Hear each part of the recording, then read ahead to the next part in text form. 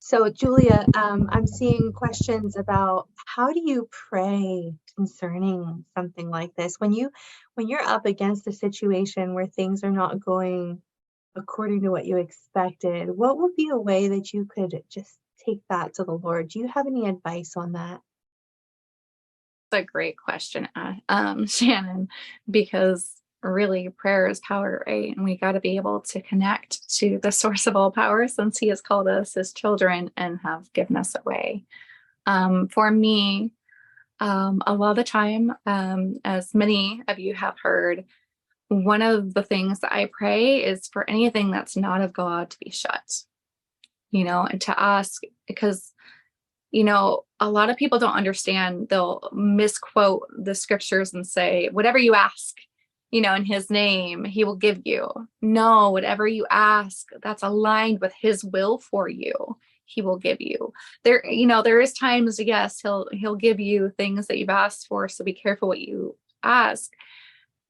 But when you're aligned with him and his will for you, it's a lot better. So if you just allow and give him full permission and just say, and I've really been equipping my daughter with this is, Lord, what's not of you, um, take it from my home. I don't want it near my home. If I start feeling some of those questions and burning, making me question myself, are you feeling anxiety or are you feeling peace?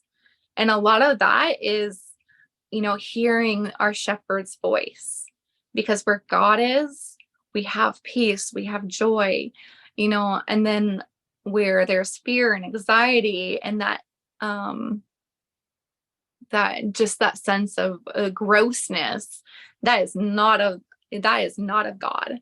There is that fear of walking towards God, and that's different, right? Because there's still a sense of peace on the other side of that fear, where I know I have to do this, I'm really scared about doing it, but when you get done with it, God's using it, he's calling you to it.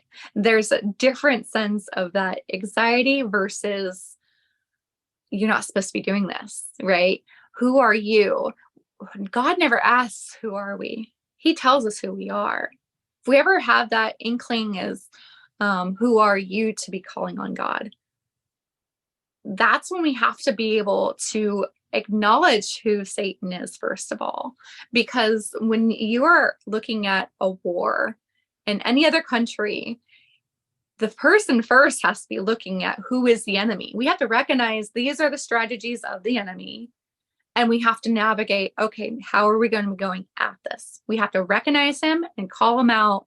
So for me, I've really learned how to laugh at Satan. I've really learned how to really put him in his tracks on those things, because that's how the Lord taught us how to do it when he was in the wilderness. He taught us how to say, where I am, you're not allowed to be here. You're not allowed to tempt me, and we have that same authority.